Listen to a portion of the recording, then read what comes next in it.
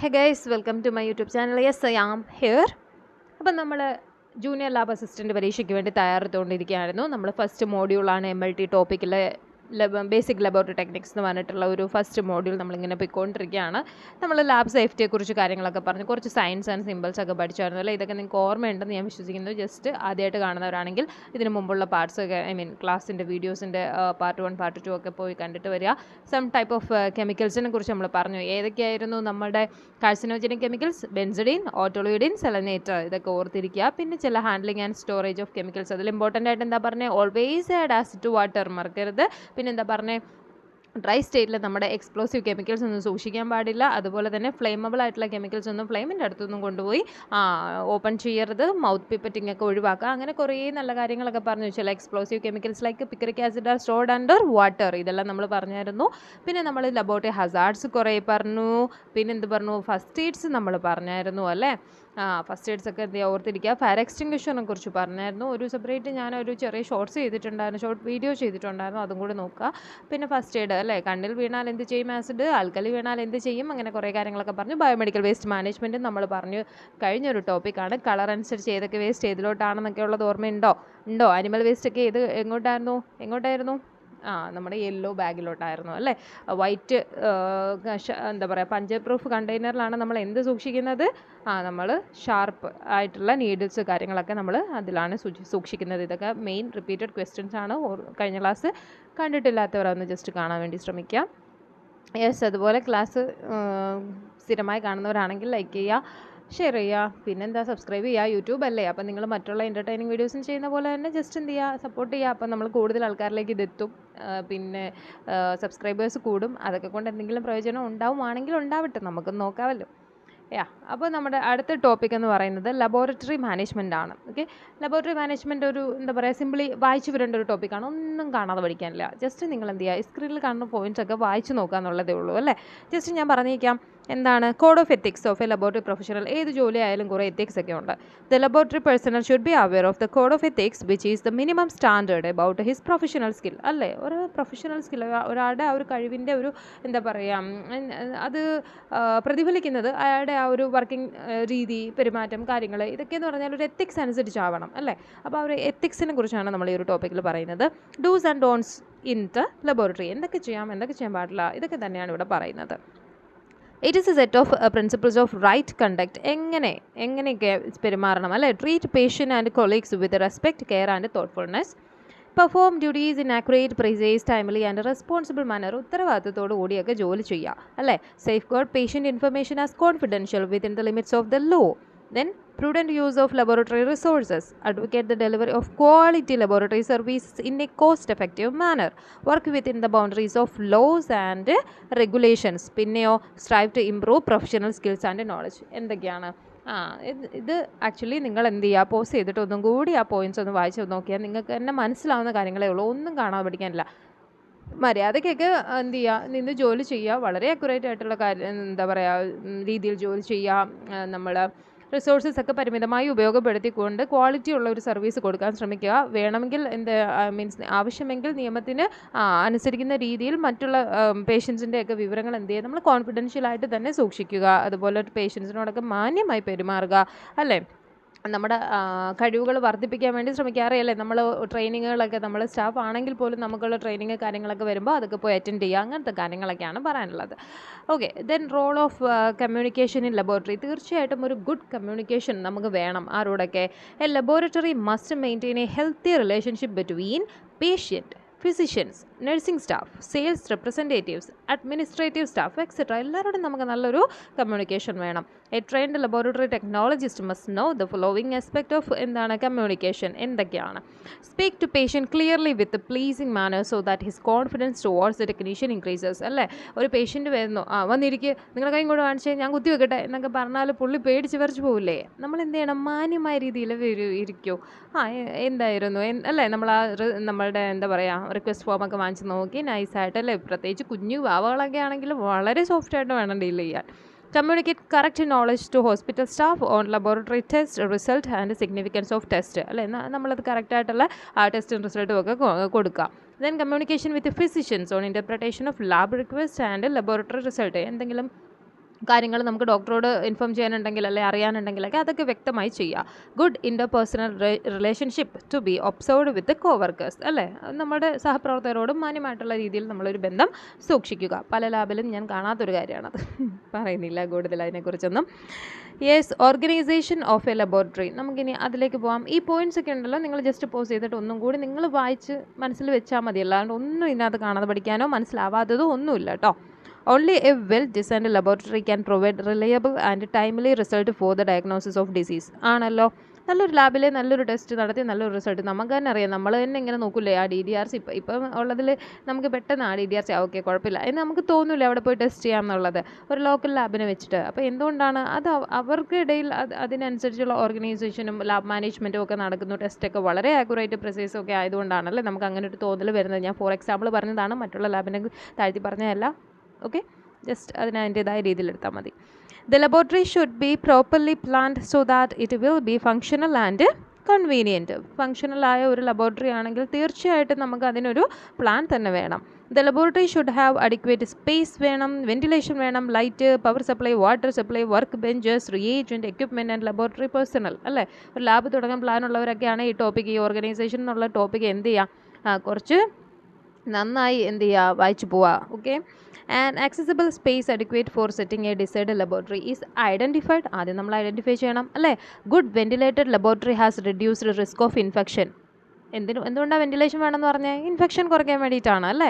Laboratory should have uninterrupted power supply, good lighting system, ഇതൊക്കെ വേണ്ടേ?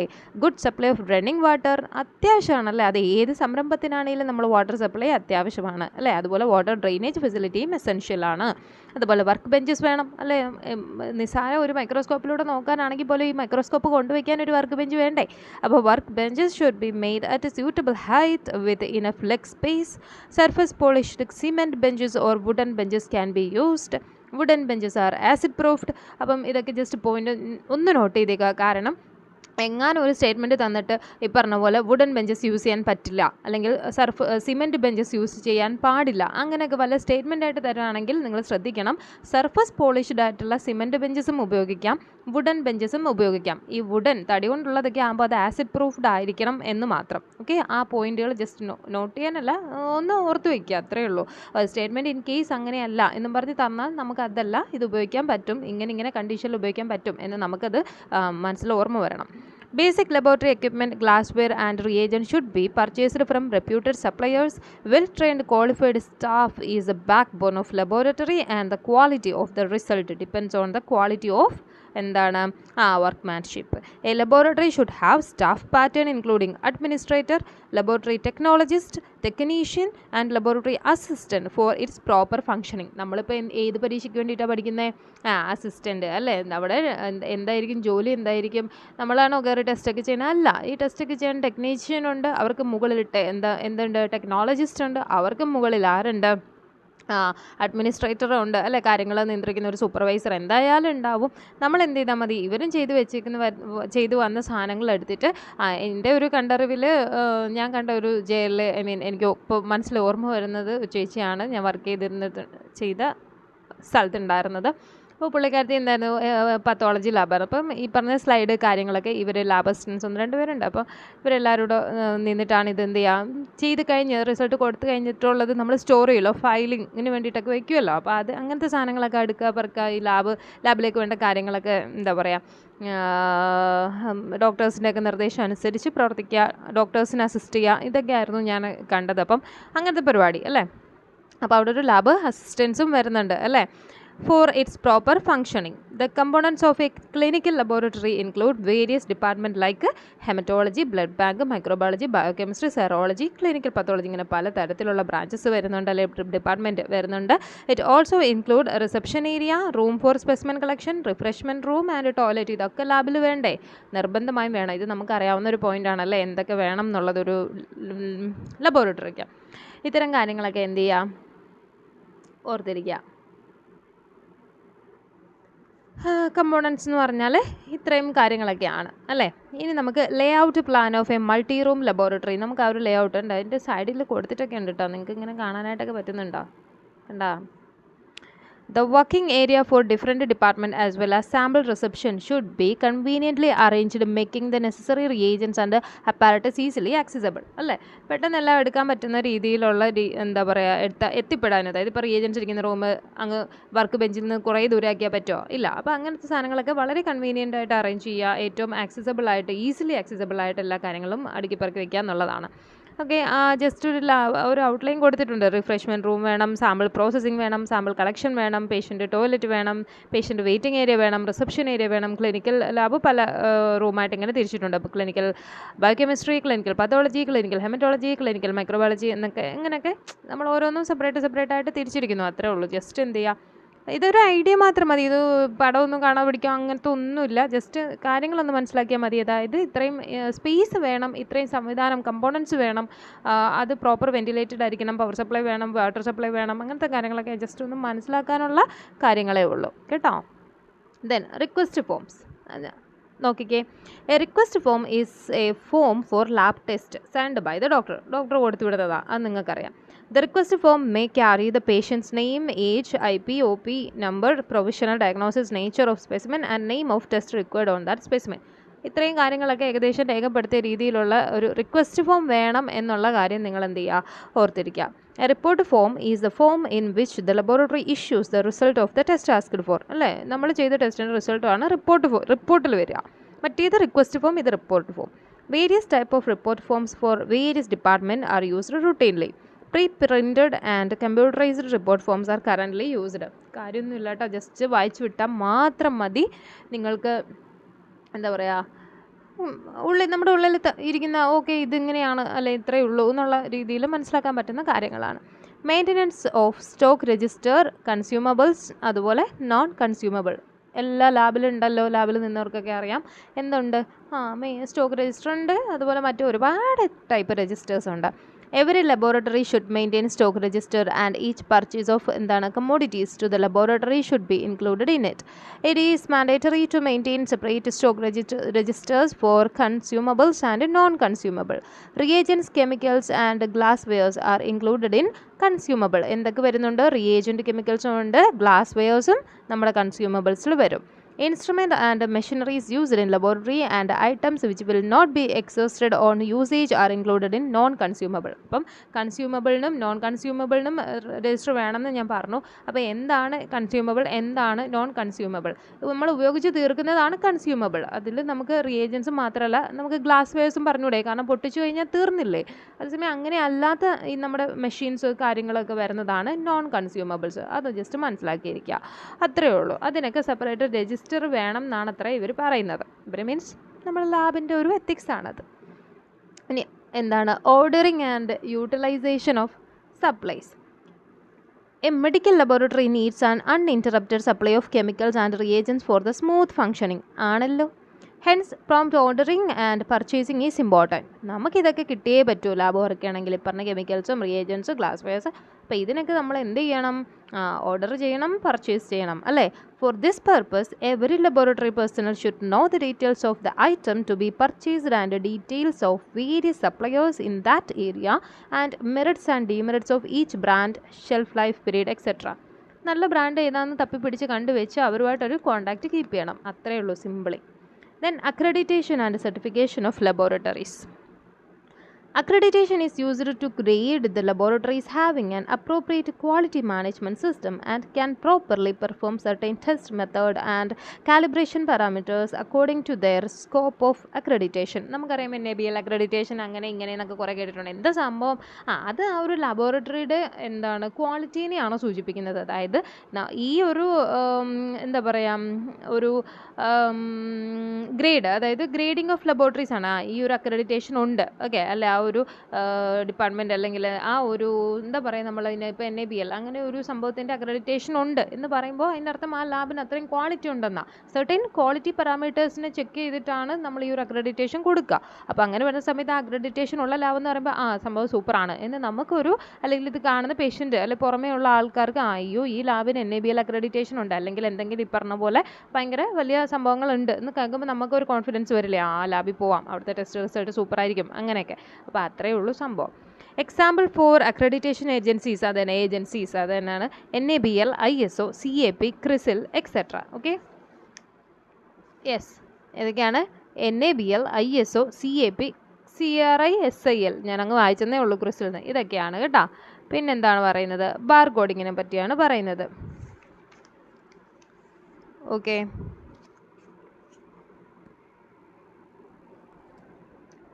a major advance in the automation of specimen identification in the clinical laboratory is the incorporation of barcoding technology into analytical system. അറിയാലോ, ഇപ്പം മിക്ക ലാബിലും barcoding system ആണ്.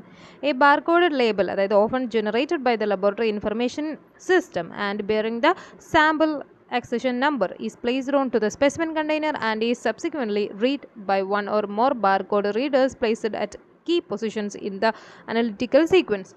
സംഭവം അറിയാലോ, barcode പതിക്കുന്നു, അത് റീഡ് ചെയ്യുന്നു, അത്രയേ ഉള്ളൂ. Okay, the identified information is then transferred to and processed by the system software. അതായത് നമ്മൾ ലാബിൽ സിസ്റ്റം ഉണ്ട്, ആ സിസ്റ്റത്തിൻ്റെ സഹായത്തോടെയാണ് ബാർകോഡ് ക്രിയേറ്റ് ചെയ്യുന്നത്. അതുപോലെ അത് ഒട്ടിച്ചു വിടുന്നു, എന്നിട്ട് നമ്മൾ മെഷീനിൽ കൊടുക്കുന്നു. എന്നിട്ട് ആ ബാർകോഡിൻ്റെ അടിസ്ഥാനത്തിലാണ് നമ്മൾ ടെസ്റ്റ് ചെയ്യുന്നത്. അതിൻ്റെ തന്നെ അടിസ്ഥാനത്തിലാണ് നമ്മൾ റിസൾട്ടും നമ്മൾ ഇൻ്റർപ്രറ്റ് ചെയ്യുന്നത് അല്ലെങ്കിൽ പ്രിൻ്റ് ചെയ്യുന്നത്. Total laboratory automation involves integration and automation of the individual steps of the analytical process. Some manufacturers have developed a stand-alone automation system which sort, centrifuge, decap, aliquot and label tubes. More advanced automation system provide options such as conveyors to transport specimen, direct sampling interfaces to higher volume analyzers, refrigerated storage and retrieval systems. Now total lab automated system utilizes advanced technology such as robotics too. അല്ലേ, മൊത്തത്തിൽ automatic ആക്കിയപ്പം അതിൻ്റേതായിട്ടുള്ള നമ്മൾക്ക് എന്താ പറയുക ബെനിഫിറ്റ്സും ഉണ്ട് അല്ലേ. ഇപ്പോൾ robots വരെ യൂസ് ചെയ്യുന്നുണ്ടെന്നൊക്കെയാണ് പറയുന്നത്. ഓക്കെ, ദെൻ നമുക്കിനി ലബോറട്ടറി ഇൻഫർമേഷൻ മാനേജ്മെൻറ്റ് സിസ്റ്റം എന്താണെന്ന് നോക്കാം.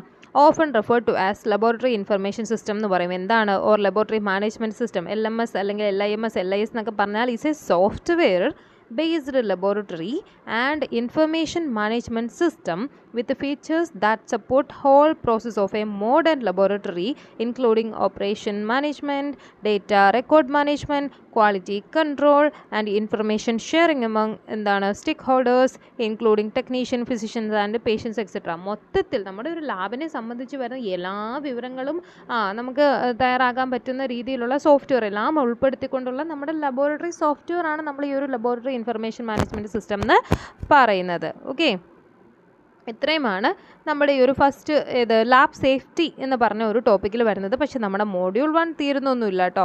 നമ്മുടെ മോഡ്യൂളിൽ എന്ത് വരുന്നുണ്ട്? നമുക്ക് കുറച്ച് പരിപാടികളൊക്കെ വരുന്നുണ്ട്. അടുത്ത കുറേ ടോപ്പിക്കിൽ വരുന്നുണ്ട്. കുറച്ച് ടോപ്പിക്കുകൾ കൂടിയുണ്ട്, നമുക്കത് എടുക്കാം. ഓക്കെ, ഞാൻ ജസ്റ്റ് ഒന്ന് നോക്കിയത് താഴോട്ടെ. യെസ്,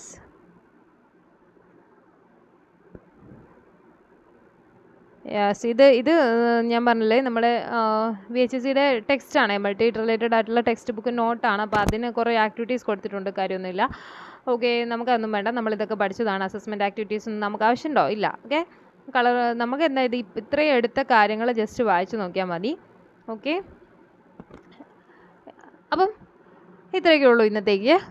ലബോറട്ടറി മാനേജ്മെൻറ്റ് സിസ്റ്റമാണ് നമ്മളിപ്പോൾ പഠിച്ചത്, അല്ലെ? ഒരു ഓർഗനൈസേഷൻ ലാബിൽ എന്തൊക്കെ വേണം, എങ്ങനെയൊക്കെ ആയിരിക്കണം എന്നൊക്കെയുള്ള സിമ്പിളായിട്ടുള്ള കുറച്ച് കാര്യങ്ങളാണ്.